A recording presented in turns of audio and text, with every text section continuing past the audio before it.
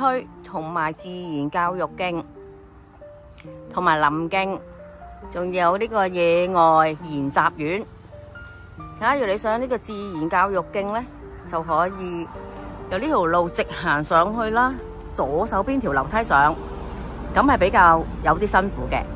咁假如你唔係想咁辛苦嘅，你想輕鬆啲，就由翻右手邊直路斜路上去呢，咁係會舒服好多嘅。行程嘅時間大約係2個鐘頭。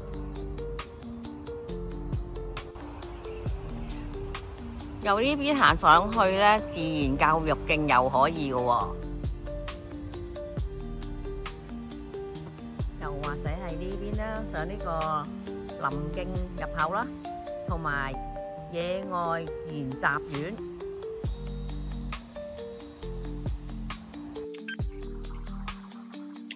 大家如果係要帶狗仔過嚟玩呢，帶狗呢一定要呢係落繩嘅。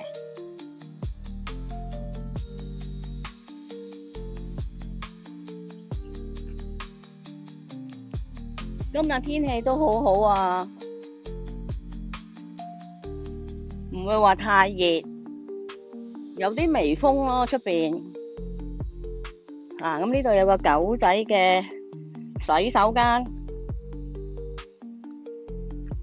記住咧自己嘅垃圾咧就要帶翻落山喎，唔好周圍掉啊！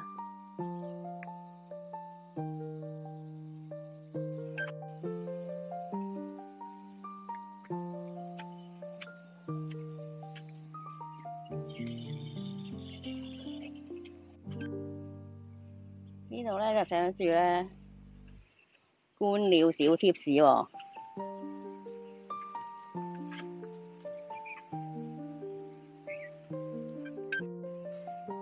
我哋繼續向上行啦。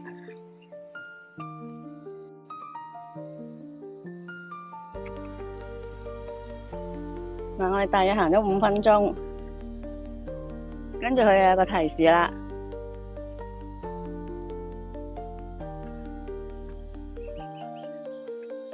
我哋差唔多又行咗5分鐘，又到咗第3個位置。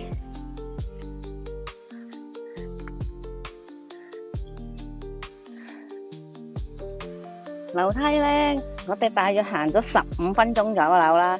咁而家呢，我哋就再前進。咁前邊呢，就比較崎嶇啲喎，條路呢，呢一度好多好大嚿嘅石啊！呢度呢，就要慢慢行啦，大家要小心啦。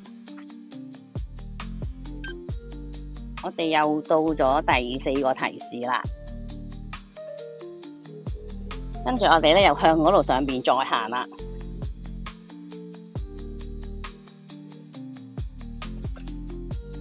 而家咧我哋大約咧行咗20分鐘。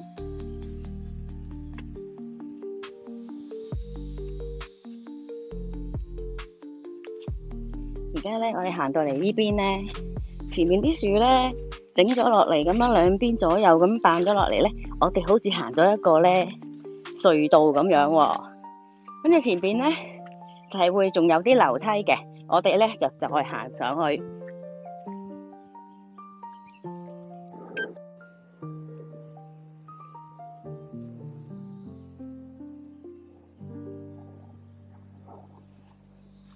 好啦，我哋而家咧又繼續再上山啦，由呢度。咁我哋到咗一個地方，有個分岔路，咁嗰邊咧就去黃路啦，同啡路。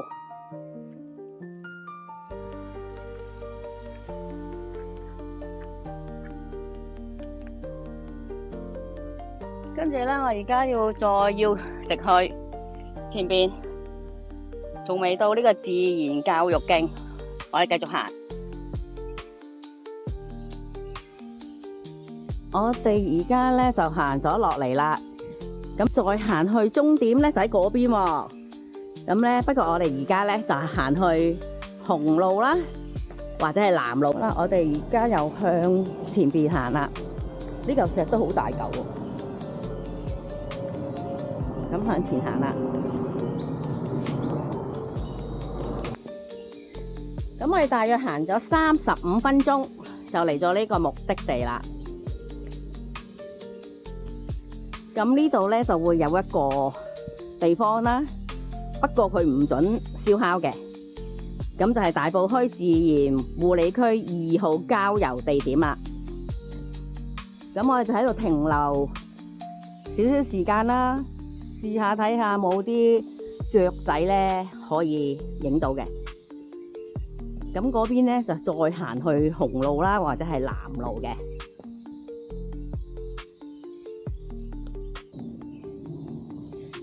呢度唔可以燒嘢食，不過你自己可以帶啲野餐過嚟喺呢度食都得嘅。同埋喺前邊咧就有個木嘅垂滑梯啦，有個涼亭啦，即係可以喺度行到咁上下啦。35分鐘之後喺度休息下，食埋個午餐，咁就可以行去紅路嗰邊。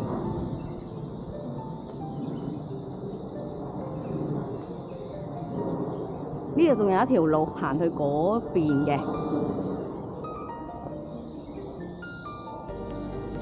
今日咧，因為係星期三啦，就變咗冇乜人啦。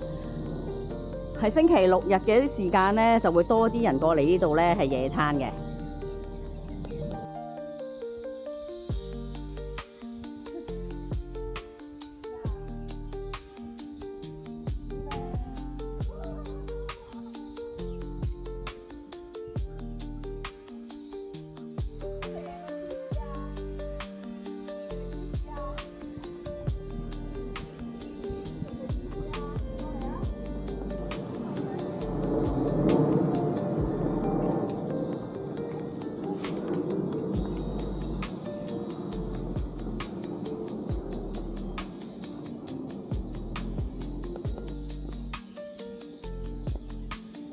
我哋而家咧就由呢個方向咧就落返去啦，紅路同藍路嗰邊。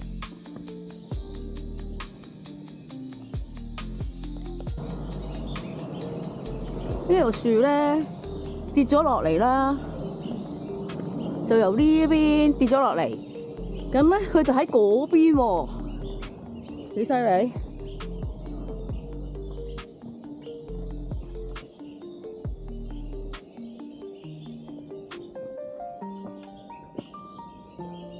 哇！呢條樹根由呢邊咁樣又上返去喎，勁啊！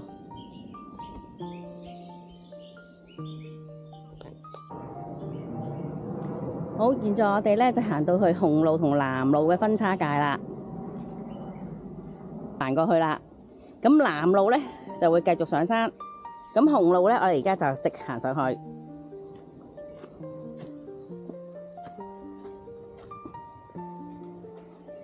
咁呢度咧就係個地圖啦。咁而家我哋就喺呢度啊。呢個另外咧，再上山咧就會去到再高啲上面，即係呢一個藍路嗰個上邊啦。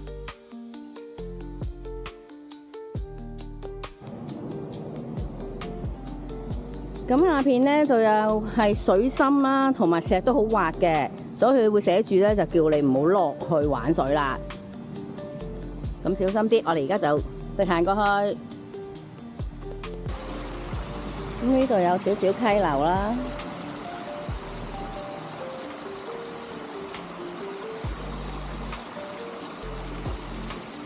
呢度都係一啲咁多偷油啦。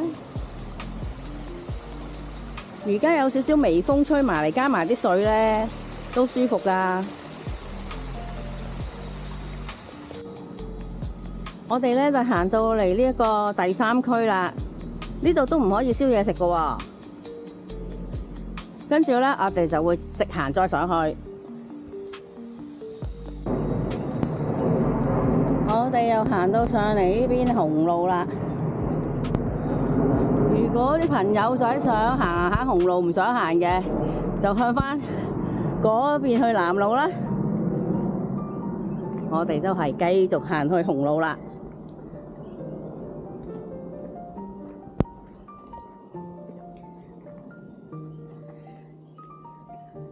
咁呢度都係有個地圖話俾你聽咧，你再去嘅目的地。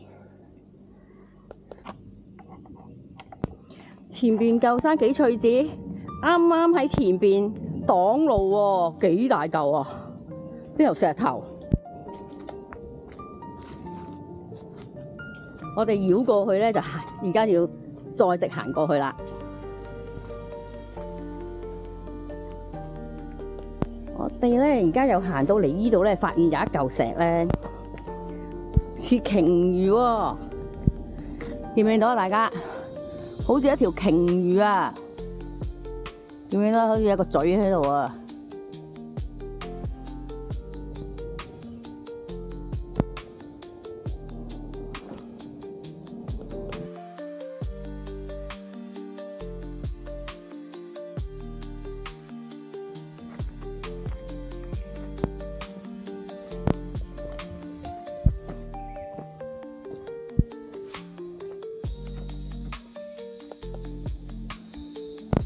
我哋大約行咗半個鐘咧，就行到去林道，就由嗰邊去啦。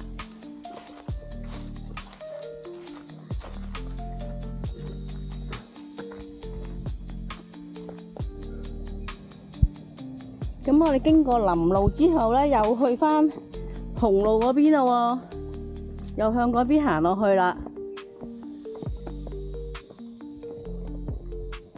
大約行返半個鐘頭就落到山㗎啦。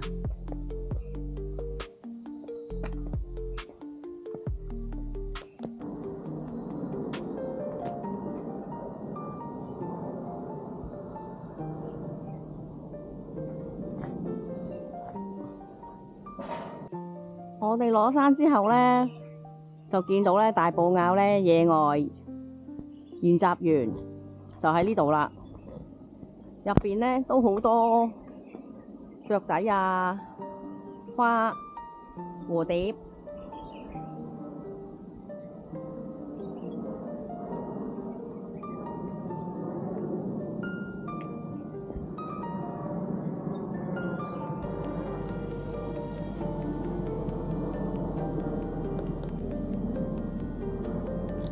我哋而家入咗咧呢個地方咧係野生動物之家嚟㗎啦。上邊有啲馬騮啊，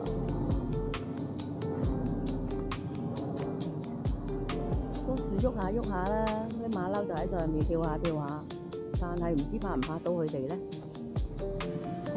見唔見到棵樹係咁喺度喐啊？有啲啡色嘅嘢喺度跳下跳下，佢哋就爬咗上去啦。嗱，嗰度大約有成3隻，嗰度有一隻啊！唔知睇唔睇到咧？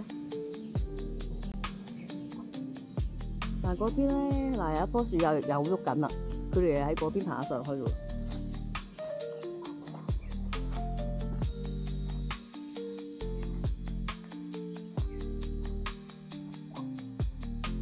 上面有一隻啊，希望拍到俾大家睇啦。嗱，呢棵樹又有喎，嗱呢隻細隻啲喺度跳下跳下，見唔見到啊？好細隻啊！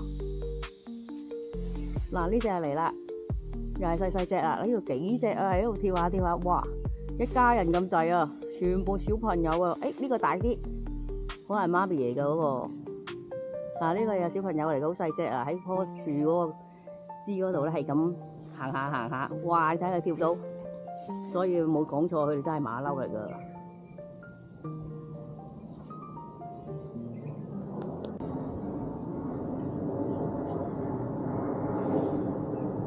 一隻咁樣喺咁去嗰邊跳啊跳啊跳啊，可能個家園喺嗰邊啊。嗱，由嗰邊過嚟，一路又由呢邊跳啊跳啊，咁樣翻去嗰邊屋企，可能咁去右手邊嗰邊啊。呢度呢棵樹又喐下喐下，嗱上面又有隻啦，不過太多樹咧遮住晒咧，睇唔到喎。見到啦，見到啦，佢就喺上面咧，喺度行緊啦。又跳落呢棵樹，又見到棵樹，哇，喐得幾緊要。你睇好得意啊，細細隻小孩啊呢啲。嗰度有一隻喎。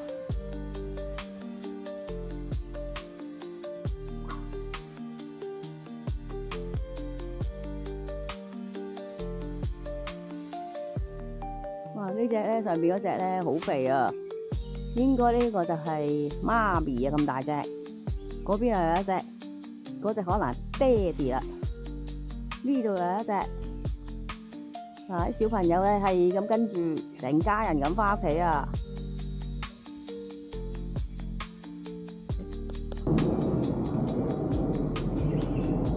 猴子咧個總數喺香港咧就有2000隻，咁佢分成咗30個族群。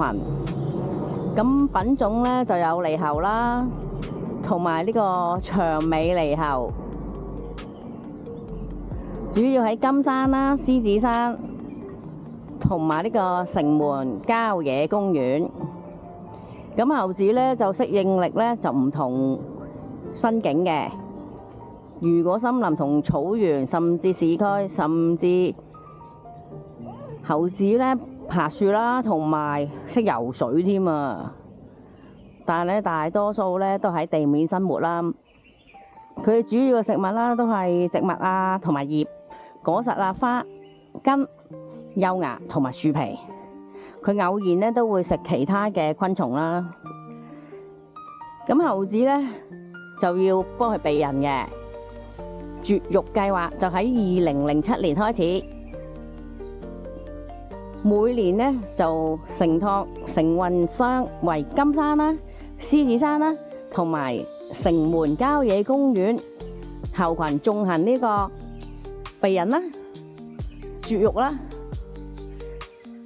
跟住呢就會監察呢個猴子數量嘅變化，從而呢長遠控制佢哋嘅數量嘅。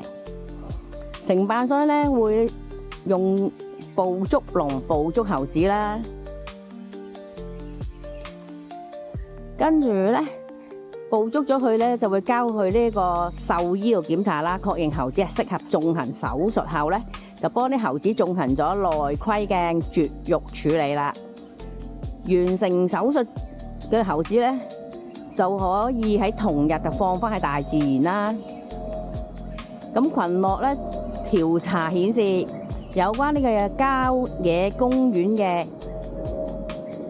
猴群出生率明顯就下降咗，由2009年約係有60%，下降至近年約30%啦。同埋小心啊，唔好餵佢食蘋果香蕉啊，或者你唔好喺度食嘢啦，又揸住啲背心膠袋啦。你亦唔好咧同啲猴子嘅眼睛咧，大家喺度盯住大家喎，小心啊！又唔好打波啦，唔好拋食物俾佢啊，亦唔好拋物件俾佢，同埋講嘢都唔好咁大聲，就會嚇親佢哋嘅。同埋你唔好摸佢喎，亦唔好接近佢。如果你曾經接觸過猴子咧，你記住一定要洗手啊！用徹底咁用清水同埋鹼液去洗手。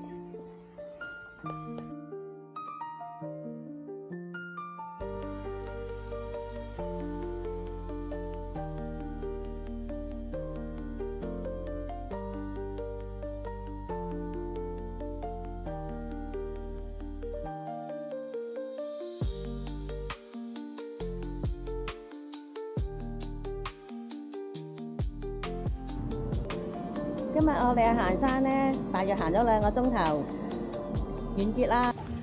呢個小巴咧就係去沙田嘅，同埋前邊咧有72號或者72號 A 同73A， 都係去呢一個沙田方向。你是空氣，但是好溫勝過了空氣。你是陽光，但是卻能照進半夜裡。誰能在晝夜能煮粥，餵飽了生命？你就是維他命。